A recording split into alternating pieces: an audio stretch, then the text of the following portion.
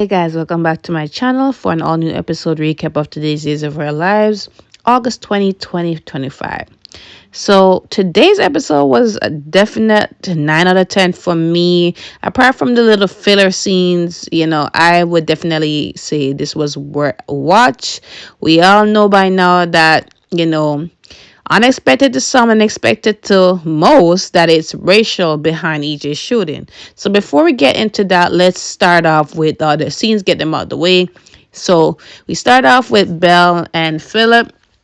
So they're just catching up about the trial, and she says that it's in the jury's hands. So he understands how hard it must be for her to prosecute her own nephew, and he understands that she did her best by it, right? So she said that it wasn't really my doing, and I'm just hoping that I fall short by somehow so that he can be free, right? Because I don't want him to end up in jail. And he heard about what EJ did to her in court, and he's sorry about the relationship, but then she said, no, you're not. You were against it. So he said, yeah, that might be so, but I'm always your friend. I'm gonna support you, throughout. I was there when you told me about you and EJ's complicated history, and I'm here now after all of it as well. So she appreciates it, right?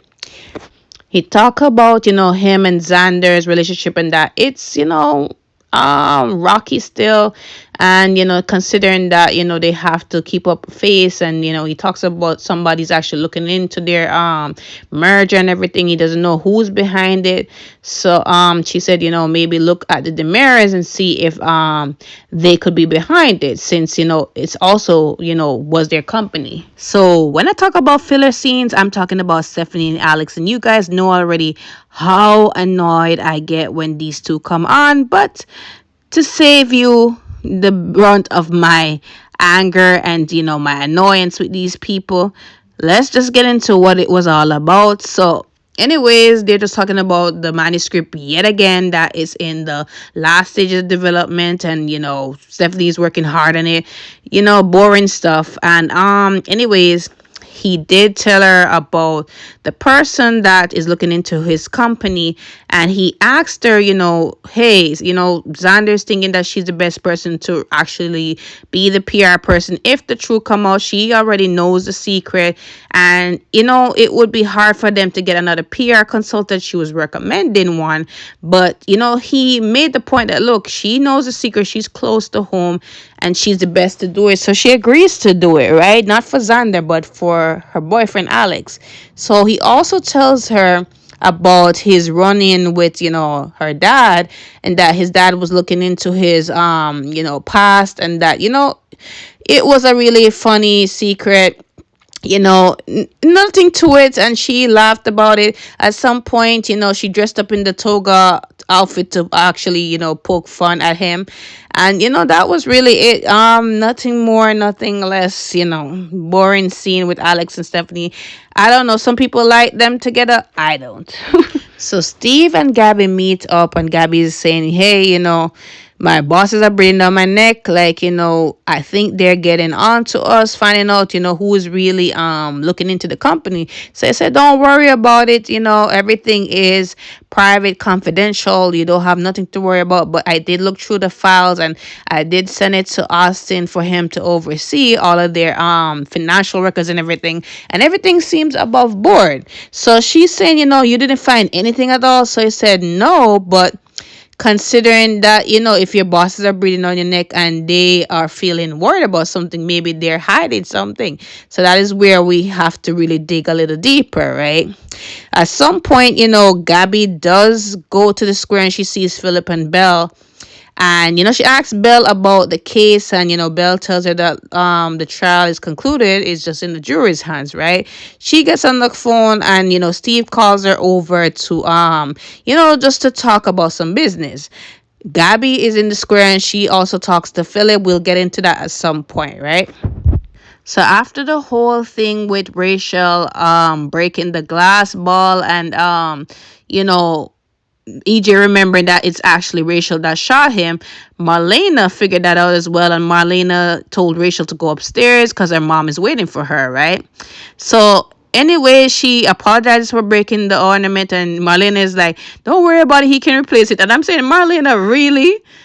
not because he can replace it means that it's still cool that she broke it, right? She's big enough to not be playing around with that. But anyway, she goes upstairs and her mom is there, and she's talking about thanking her for the pet snake since she lost the stuffed snake. And I'm saying only Rachel will want a pet snake. She is definitely Kristen's child, if anything else.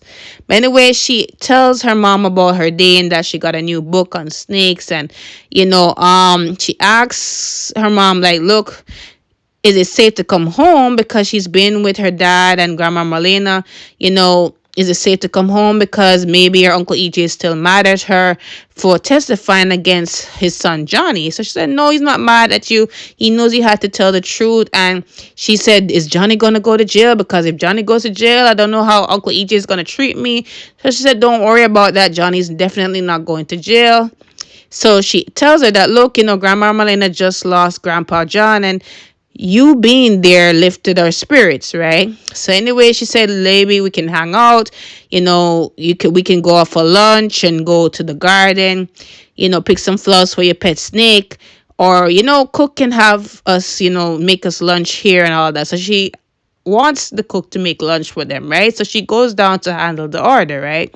But you can tell that Rachel is definitely perturbed about a lot of things, right? So back to EJ and Marlena. So Marlena figured out that EJ finally remembers who shot him. So when Rachel went upstairs, he told her that, look, I remember that it's Rachel.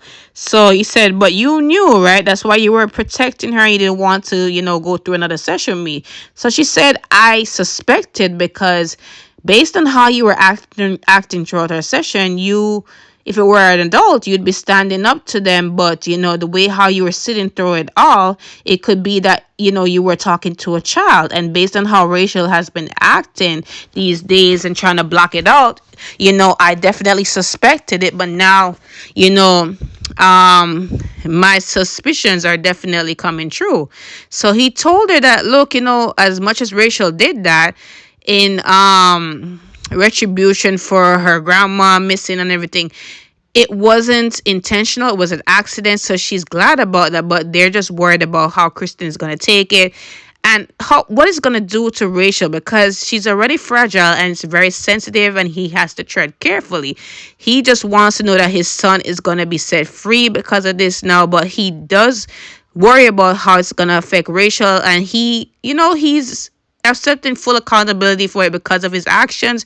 This is what happened to him, and now Rachel is affected, right? So now they're wondering, like, how they're gonna break it to Kristen, if Kristen's gonna believe it or not. How is this going to, what is gonna be the outcome for this all, right? So when Belle comes over, Steve and her are catching up, and she sees the picture with him and her father John. And, she said this is her first time coming back to the office since his passing. And he said, we took that picture on our first case being solved.